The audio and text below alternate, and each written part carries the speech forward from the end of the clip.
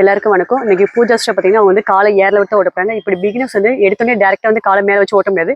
அவங்களுக்கு பயம் இருக்கும், வண்டி கீழே விழுந்துருமோ இல்லை நம்ம கீழே வந்துருமோ, வண்டி சாஞ்சும் பயம் இருக்கும். அதனால வந்து இப்போ காலை எப்படி ஸ்லோவா ஏர்ல விட்டு ஓட்டப்படுறாங்க அப்படின்னு பார்க்க போறோம்.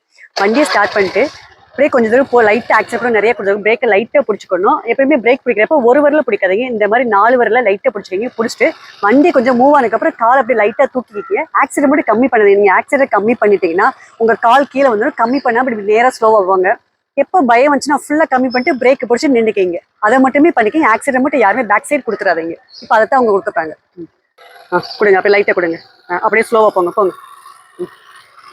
அப்படியே போயிட்டே இருங்க. இப்போ பிகினர்ஸ் ஓட்டுறப்ப அவங்களுக்கு வந்து ஹேண்டில் பார் கண்ட்ரோல் வரும், ஸ்டேரிங் கண்ட்ரோல் வரும். அதுக்கு வந்து நம்ம ஸ்லோவாக ஓட்ட சொல்கிறோம்.